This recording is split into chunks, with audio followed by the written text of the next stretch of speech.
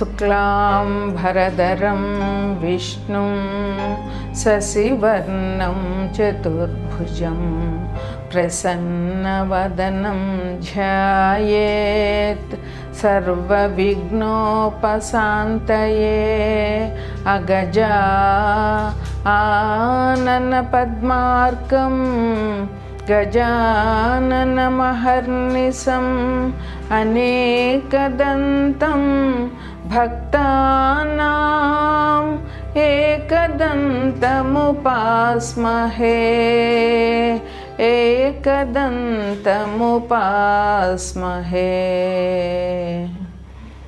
ఈరోజు శుక్రగ్రహ కారకత్వాల గురించి చెప్పుకుంటున్నాము. శుక్రగ్రహం ఏ రాశిలో ఉంటే వారికి ఏ రకమైన ఫలితాలు వస్తాయి అనేది నేను చెప్పబోతున్నాను.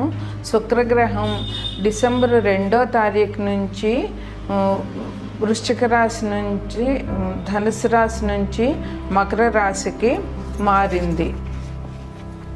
ఈ గ్రహం ఇక్కడ 29/12/2024 వరకు శుక్రగ్రహం మకర రాశిలో స్థితి పొంది ఉంటుంది. ఆ శుక్రగ్రహం మకర రాశిలో ఉండడం వల్ల ద్వాదశ రాశులకి ఏ రకమైన ఫలితాలు వస్తాయి, ఏ రకమైన పరిహారాలు వారు చేసుకోవాలి అనేది నేను ఇప్పుడు చెప్పబోతున్నాను. హిమకుంద మృణాలాభం దైత్యానాం పరమం గురుం సర్వశాస్త్ర ప్రవక్తారాం భార్గవం ప్రణమామ్యహం. ఇది శుక్రగ్రహానికి సంబంధించినటువంటి శ్లోకం. శుక్రగ్రహం పూర్తిగా స్త్రీ గ్రహం. స్త్రీలకు సంబంధించిన విషయాలు శుక్రగ్రహంలో మనకి ఎక్కువగా కనిపిస్తాయి. శుక్రగ్రహం పూర్తిగా స్త్రీకి సంబంధించి ఇది జలతత్వ గ్రహం. అందువల్ల శుక్రగ్రహం స్త్రీ గ్రహం అయ్యి మనసుకి రంజింపజేసేటువంటి లక్షణాలు ఈ గ్రహానికి ఉన్నాయి. అంటే శుక్రగ్రహం పూర్తిగా స్త్రీలకు సంబంధించిన విషయాలనే సూచిస్తుంది. స్త్రీలకు అనుకూలంగా ఉంటుంది. శుక్రగ్రహం అనుకూలంగా ఉంటే నగలు, నాణ్యాలు, విలాస వస్తువులు అన్నీ ఉంటాయి. మనిషికి కావాల్సింది ముఖ్యంగా ఆనందం, కుటుంబ సౌఖ్యం ఉండాలి. ఇవి ఉంటే మనిషి సంతృప్తిగా ఆనందంగా ఉండగలడు. ఈవెన్ డబ్బు లేనివాడైనా సరే మనసుకు ఆనందంగా ఉంటే, మనసు మంచిగా ఉంటే ఆనందంగా ఉంటాడు. డబ్బు అనేది రెండో ప్రయారిటీ అవుతుంది ఏ మనిషికైనా. అట్లాంటి వారికి శుక్రగ్రహం బాగా ఉంటే మనసు ఆనందంగా ఉంటుంది, మనిషి ఆనందంగా ఉంటాడు, కుటుంబంతో సౌఖ్యాలతో ఉంటాడు. అదేవిధంగా సంఘంలో కూడా సౌఖ్యంగా ఉంటాడు, ఇరుగు పొరుగు వారితో మంచిగా ఉంటాడు. తన వల్ల తన చుట్టూ ఉన్న వారికి కూడా ఉపకారం చేస్తూ తన వల్ల తన కుటుంబానికి, తనకి, తన చుట్టుపక్కల వారికి, సంఘానికి, అదేవిధంగా దేశానికి ఎంతో ఉపయోగకారిగా మారుతాడు. అదే మనసు బాగోలేనప్పుడు ఆ మనిషి చాలా విచారం పొందుతాడు, చాలా కోపగ్రస్తుడవుతాడు. ఇంకా దుర్మార్గుడైతే కనుక సంఘ విద్రోహ చర్యలకు కూడా పాల్పడతాడు. అందువల్ల శుక్రగ్రహం అనుకూలంగా ఉంటే మనిషి ఇల్లు కొనుక్కోగలుగుతాడు, వాహనాలు కొనుక్కోగలుగుతాడు, నగలు, నాణ్యాలు, డబ్బు అన్నీ కూడా బాగా వస్తాయి శుక్రగ్రహం వల్ల. శుక్రగ్రహం కారకత్వాలు ముఖ్యంగా ఏంటంటే నగలు, వజ్రాలు, పాలు, పెరుగు, స్త్రీలు, తెల్లటి పుష్పాలు, రసాలు, అన్ని రసాలు, ద్రవ పదార్థాలు, సుఖం, దాంపత్య సుఖం, ఫ్యాషన్ టెక్నాలజీ, వ్యాపారం, ఇంటీరియర్ డిజైనింగు, అట్లాగే డిజైనింగు, అన్ని రకాల డిజైన్లు, అదే లేడీస్ టైలర్సు, ఇట్లా బట్టలు, వస్త్రాలు, తెల్లటి వస్త్రాలు, అట్లాగే బిల్డింగ్స్, వెహికల్స్, ఇవన్నీ కూడా వ్యాపారం. కాస్మెటిక్స్, స్త్రీలకు సంబంధించిన కాస్మెటిక్స్, గాజులు, వస్త్రాలు, నగలు, నాణ్యాలు, ఇవన్నీ కూడా శుక్రుడు కారకత్వాల్లోకి వస్తాయి. శుక్రుడు అలాగే వాద్య పరికరాలు కూడా, మ్యూజిక్ సంబంధించిన పరికరాలన్నీ కూడా శుక్రుడికే సంబంధిస్తాయి. అది ఒక వ్యక్తి మ్యూజిక్ నేర్చుకుంటున్నాడన్నా, కళలలో ఆరితేరుతున్నాడన్నా అతని శుక్రగ్రహం చాలా బాగుందని చెప్పవచ్చు. అదేవిధంగా కవిత్వం రాయడము, సినీ రచయితలు వీళ్ళందరూ కూడా శుక్రగ్రహ కారకత్వం, శుక్రగ్రహం వాళ్ళకి అనుకూలంగా ఉంటే వారు మంచి అభ్యున్నతిలోకి వస్తారు. శుక్రగ్రహం ముఖ్యంగా వివాహం, పురుషులకి వివాహం జరగాలి అంటే శుక్రగ్రహం అనుకూలంగా ఉండాలి. పురుషుడి జన్మజాతకంలోంచి శుక్రగ్రహం ఎక్కడుందో చూసి అతని భార్య ఎటువంటిది, ఎలా ఉంటుంది, ఎక్కడి నుంచి వస్తుంది, ఆమె బిహేవియర్ ఎలా ఉంటుంది అన్నది కూడా చెప్పడానికి వీలవుతుంది. అందువల్ల శుక్రగ్రహం ముఖ్యంగా పురుషులకి వివాహాలని ఇస్తుంది. అదే శుక్రగ్రహం పాడైనట్లయితే ఇప్పుడు మనం చెప్పుకున్నవన్నీ రివర్స్ అవుతాయి. ఆనందం ఉండదు, ఇల్లు కొనుక్కోవాలంటే కొనుక్కోలేరు, వాహనం కొనుక్కోవాలంటే కొనుక్కోలేరు.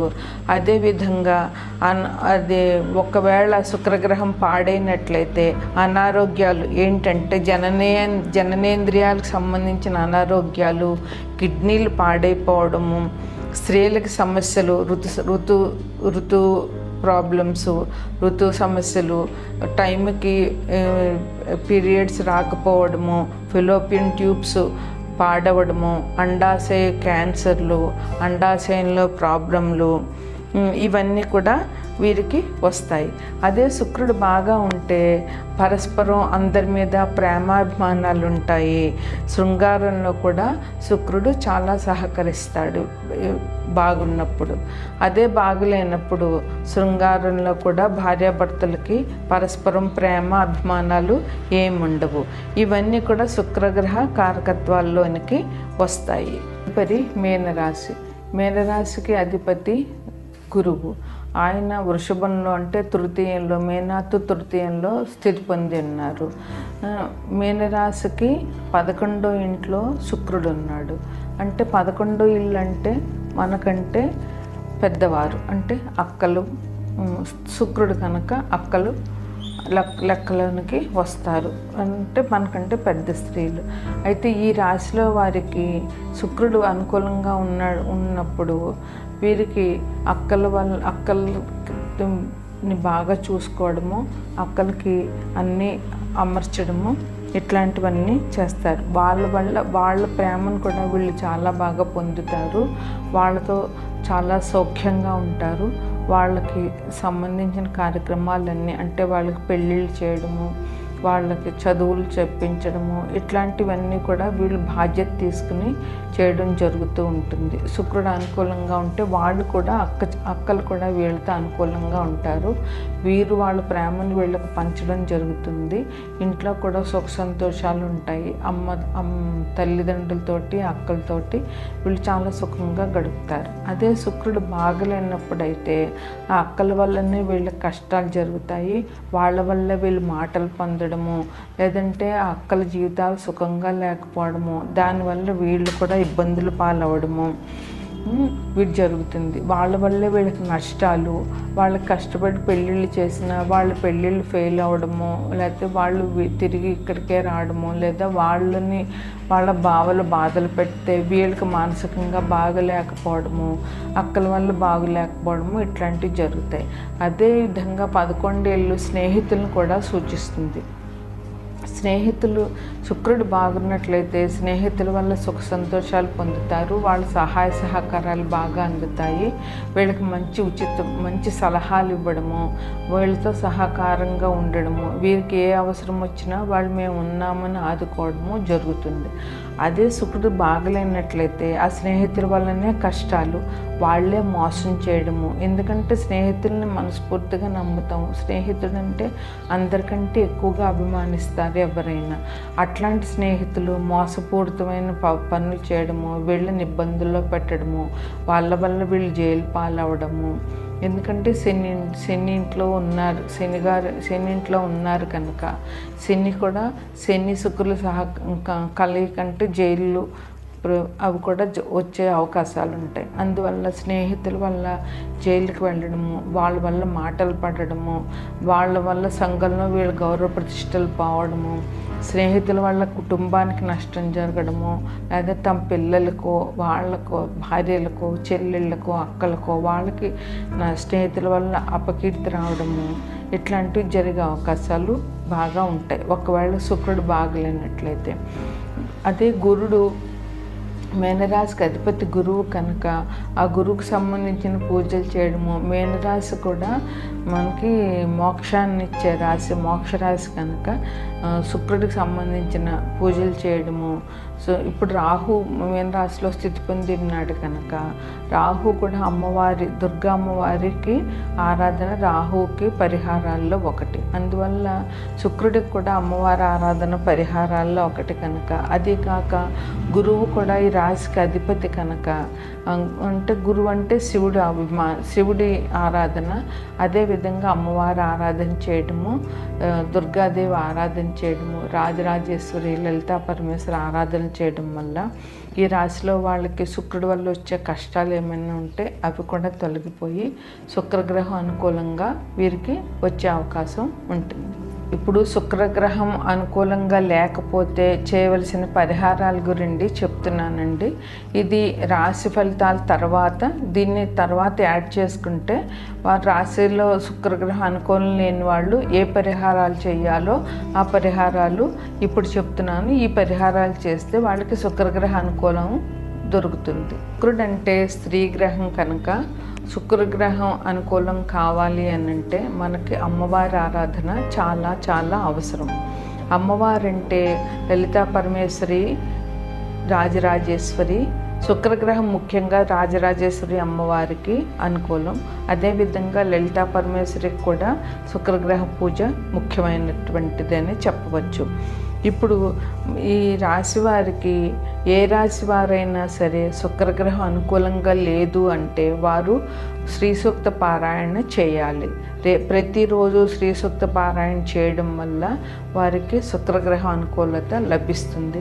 అదేవిధంగా రాజరాజేశ్వరి అష్టకం కానీ లేదా లలితా సహస్రనామాల్లో రాజరాజేశ్వరికి సంబంధించిన 2 లైన్లు ఉన్నాయి. రాజరాజేశ్వరి, రాజధాని, రాజ్యవల్లభ, రాజ్యలక్ష్మి అని ఆ లైన్లు వీరు చదివి లలితా పరమేశ్వరి ఆరాధన చేయడం వల్ల వీరికి చాలా అభివృద్ధిలోకి వస్తారు. అదేవిధంగా లలితా పరమేశ్వరి నామం శ్రీమాత్రే నమః, ఓం శ్రీమాత్రే నమః అని ప్రతిరోజు కనీసం 108 సార్లు చేయడం వల్ల, నామజపం చేయడం వల్ల శుక్రగ్రహం అనుకూలత వీరికి లభిస్తుంది. తీపి పదార్థాలు నైవేద్యం పెట్టి అమ్మవారికి ఆ తీపి పదార్థాలు అందరికీ పంచడం. అదే ఒక గుడిలో ఏదైనా తీపి పదార్థం నైవేద్యానికి ఇచ్చే అమ్మవారికి అది అక్కడ గుడిలో భక్తులందరికీ పంచడం వల్ల కూడా వీరికి చాలా మంచి జరుగుతుంది. ముఖ్యంగా శుక్రగ్రహం అనుకూలం కావాలి అంటే ఆడవారిని గౌరవించాలి. ముఖ్యంగా వాళ్ళ తోబుట్టువుల్ని, వాళ్ళు ఉన్న అక్క చెల్లెళ్ళని, పురుషులు వాళ్ళ అక్క చెల్లెళ్ళని కనీసం ఉత్తరాయణంలో ఒకసారి, దక్షిణాయనంలో ఒకసారి వాళ్ళని పిలిచి ఇంటికి వారికి భోజనం పెట్టి వారికి ఒక పసుపు కుంకుమ బట్టలు చీర పెట్టి వాళ్ళని సంతృప్తిపరచాలి. అలా చేయడం వల్ల ఆడపిల్లలు ఇంట్లో సుఖ సంతోషంగా ఆ ఇంటి నుంచి పసుపు కుంకుమ తీసుకుని పెడితే ఆ ఇంటికి ఎంతో అభివృద్ధిలోకి వస్తుంది. అదే అక్క చెల్లెలు లేని వాళ్ళు మేనత్త అంటే తండ్రి చెల్లెలు, తండ్రి అక్క, ఆ మేనత్తను గౌరవించాలి. ఆ మేనత్తని కనీసం సంవత్సరానికి 2 సార్లు 3 సార్లు ఎన్నిసార్లు వీలైతే అన్నిసార్లు పిలిచి ఆమెకి పసుపు కుంకుమ, జాకెట్ బట్ట లేదా చీర ఇవ్వాలి. అదేవిధంగా ముందుగా ఇంట్లో తల్లిని పూజించాలి. ప్రతిరోజు తల్లి కాళ్ళకి నమస్కారం చేస్తే ఏ గ్రహమైనా అనుకూలంగానే ఉంటుంది. ఎందువలనంటే శని భగవానుడైనా సరే వృద్ధుల్ని ఆదరించమని చెప్తాడు. గురువు మా శుభగ్రహం కనుక ఆయన అదే చెప్తాడు. అదేవిధంగా అమ్మవారు శుక్రుడు, చంద్రుడు అమ్మవారి అవతారం కనుక వాళ్ళు అమ్మవారిని తల్లిని పూజించమని చెప్తారు. ఎందుకంటే ముందు తల్లే మనకి మొదటి గురువు బంధువు అన్నీ ఆమె. అందువల్ల తల్లిని పూజించడం, ప్రతిరోజు తల్లికి పాదాలకు నమస్కారం చేయడము, మీరు ఆఫీస్కి వెళ్ళేటప్పుడు తల్లి పాదాలకు నమస్కారం చేయడము, లేదా ఏదైనా ఒక మంచి పని మీద వెళ్తున్నప్పుడు, అది అబ్బాయిలైనా అమ్మాయిలైనా పెద్దవాళ్ళైనా ఎవరైనా సరే తల్లికి నమస్కారం చేసి బయటకు వెళ్తే ఆ పనిలో మీకు విజయం తప్పకుండా సిద్ధిస్తుంది. అదేవిధంగా భార్యని, అందరినీ వదులుకుని తన కుటుంబాన్ని వదులుకుని నీ ఇంటికి వచ్చిన భార్య నిన్ను గౌరవించకపోతే ఆమె పాడే దుఃఖం అంతా కుటుంబాన్ని మొత్తానికి తగులుతుంది. అందువల్ల భార్యను గౌరవించాలి. అంతేకాకుండా ఓం భార్గవాయ నమః అనే మంత్రాన్ని కనీసం 11 సార్లు లేదా 21 సార్లు ప్రతిరోజు చెప్పాలి. ఇంకొకటి ఏంటంటే శుక్రునికి సంబంధించినటువంటి నవగ్రహ స్తోత్రం ఒకటి ఉంది. హిమకుంద మృణాలాభం దైత్యానం పరమం గురుం సర్వశాస్త్ర ప్రవక్తారం భార్గవం ప్రణమామ్యహం. దీనిని కనీసం 11 సార్లు లేదా 21 సారి ఓపిక శ్రద్ధ చేయగలిగిన ఓపుకున్నవాడు 108 సార్లు చేయడం వల్ల శుక్రగ్రహ అనుకూలత తప్పకుండా సిద్ధిస్తుంది. సౌందర్యలహరి పారాయణ ఈరోజు ఇప్పుడు చాలా ప్రసిద్ధిలో ఉన్నది. అందువల్ల సౌందర్యలహరి పారాయణ చేసిన లేదా సౌందర్యలహరి విననా కూడా వీరికి చాలా మంచి జరుగుతుంది. అదేవిధంగా పౌర్ణమి రోజున వెన్నెల్లో కూర్చుని లలిత అమ్మవారి సహస్రనామం కానీ అష్టోత్తరం కానీ చేయడం వల్ల అమ్మవారి అనుగ్రహాన్ని పొంది శుక్రగ్రహ అనుకూలాన్ని పొందుతారు. ఇది శుక్రగ్రహ పరిహారంగా మీరు భావించండి. నమస్కారం.